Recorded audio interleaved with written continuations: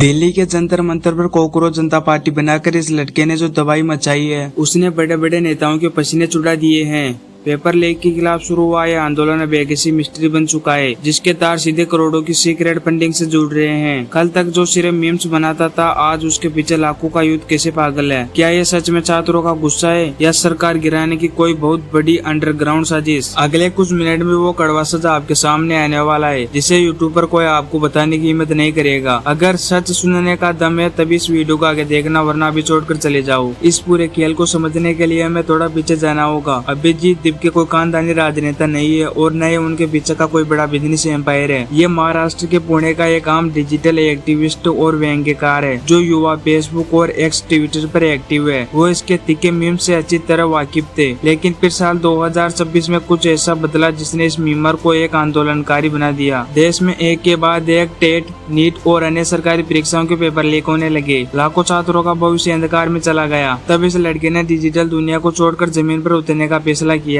लेकिन इसने कोई नॉर्मल छात्र संगठन नहीं बनाया। इसने बनाया कॉकरोच जनता पार्टी। नाम सुनते ही पहली बार में लोग हंसे, लेकिन इस नाम के पीछे जो दर्द और चालाकी छुपी थी उसने बहुत जल्द सिस्टम को हिला कर रख दिया। अब आप सोच रहे होंगे कि भाई कोई अपनी पार्टी का नाम कॉकरोच क्यों रखेगा। इसके पीछे अभिजीत ने एक ऐसा लॉजिक दिया जो सीधे युवाओं के दिल पर जाकर लगा। विज्ञान कहता है कि अगर दुनिया पर कल को कोई परमाणु हमला भी हो जाए तो भी कॉकरोच एक ऐसा जीव है जो जिंदा बच जाएगा। अभिजीत ने इस थ्योरी को भारत के भ्रष्ट सिस्टम पर लागू कर दिया। उनका कहना है कि देश में चाहे कितनी भी बड़ी पार्टी की सरकार आ जाए, चाहे कितने भी बड़े कानून बन जाए, ये जो पेपर लीक करने वाली माफिया और भ्रष्टाचार अफसर है ना, ये कॉकरोच की तरह हर सिस्टम में जिंदा बच जाते हैं। इसी कड़वे सच को दिखाने के लिए उन्होंने अपनी पार्टी का सिंबल चुना कॉकरोच और हथियार बनाया थाली और चम्मच। इस अनोखे प्रोपेगेंडा या तरीके ने देखते देखते पूरे देश के मीडिया का ध्यान अपनी तरफ खींच लिया। लेकिन भाई अब आता है इस वीडियो का सबसे बड़ा और सबसे विवादित मोड़। दिल्ली के जंतर मंतर जैसी हाई सिक्योरिटी जगह पर हफ्तों तक इतना बड़ा प्रोटेस्ट चलना कोई बच्चों का खेल नहीं है। वहाँ बड़े बड़े वाटर प्रूफ टेंट लगाना, हजारों छात्रों के लिए रोज सुबह शाम खाने का इंतजाम कराना, हाई क्वालिटी लाउड स्पीकर और स्टेज सेटअप करना, इस सब में रोज का लाखों रुपए का खर्च होता है। तो भाई असली सवाल ये है कि इस पूरे तामझाम का बिल कौन भर रहा है। इंटरनेट और सोशल मीडिया पर इस समय दो धड़े बन चुके हैं।